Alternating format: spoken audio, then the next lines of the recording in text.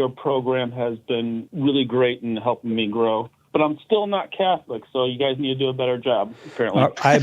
All right. Thank you for the progress report. We'll do better. I like history, so I look at history a lot, and I don't see the line going from Peter to the Bishop of Rome. Also, with the popes going between France and Italy and multiple popes, it seems like there's too many problems there for me. So it's like...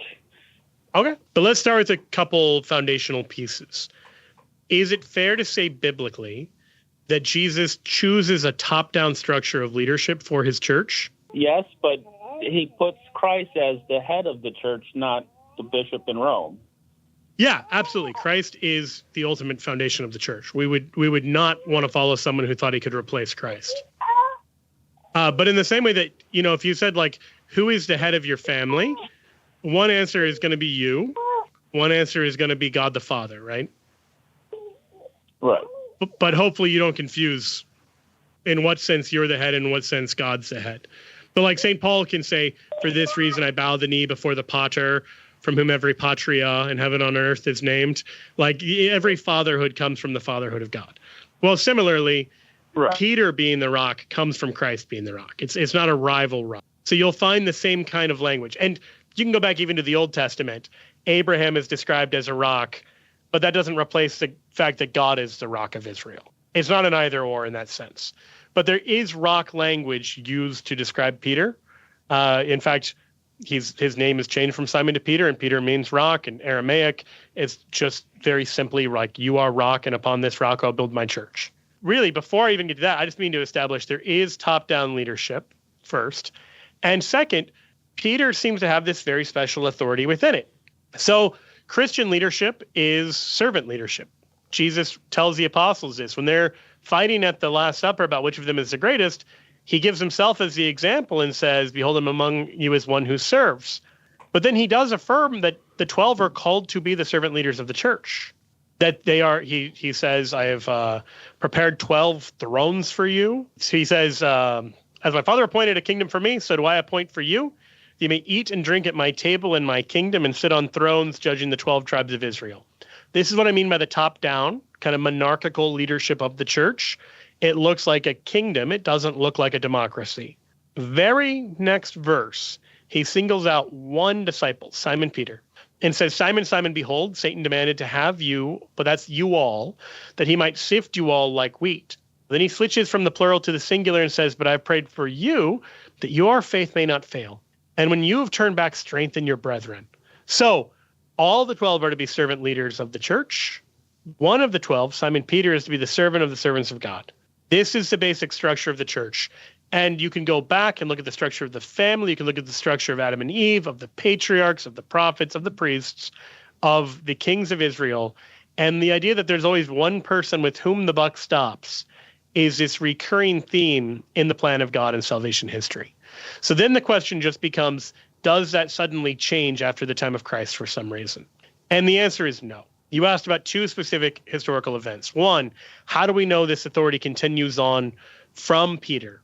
And we know this in several different ways. You can find references to this. For instance, when St. Ignatian talks about the Church of Rome presiding in charity and his letter to them in the year 107, you can find in the year 96, Clement of Rome writing to resolve a controversy in Corinth, even while an apostle is alive. They've written to the Romans. But maybe the clearest example is Irenaeus in about the year 180. When he talks about the necessity, he says, of the Church of Rome, he calls it the very great, the very ancient and universally known church, founded and organized at Rome by the two most glorious apostles, Peter and Paul.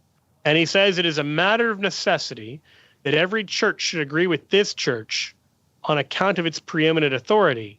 And then in the next paragraph, he traces one by one every bishop of Rome from the time of Peter and Paul to the time of Eleutherius in 180. And so we don't just know that the authority passes from Peter to the successors. We can tell you who they are by name.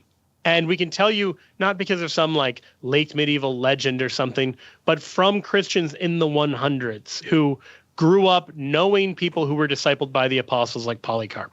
So that's the first part. Like, does Do we have clear historical evidence of this authority passing along through the successors in Rome? We do.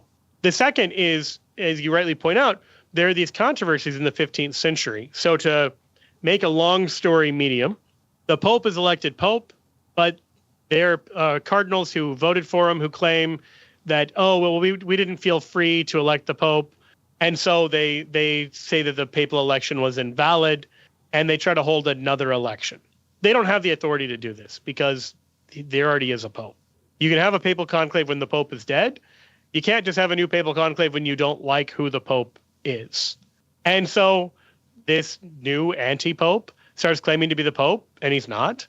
And then another group of cardinals gets together in Italy, in Pisa, and says, well, we're going to reject both these guys and get a new Pope so that it's all clean. And this, of course, doesn't solve the problem. It makes it worse because now you have the real Pope in Rome. You got a fake Pope in France, and you've got a fake Pope in Pisa. This was a confusing, messy situation. It embarrassed the church. It undermined the church's authority in a lot of ways, but it doesn't invalidate the existence of the papacy. Like, you can have counterfeit money, and it doesn't mean money's not real. You can have two different people who claim they're married to the same woman, and it doesn't mean she doesn't have a husband.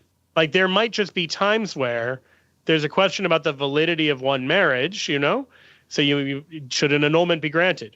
There might be times where two different people claim to have won a presidential election, but that doesn't mean that the answer is that there's no president. So it was a bad moment in terms of the legacy of the church, but there was always a pope throughout that. Benjamin, you can hear the music, so we got to leave it there. I'm going to send you Pope Peter, Joe's book, if you'd like it.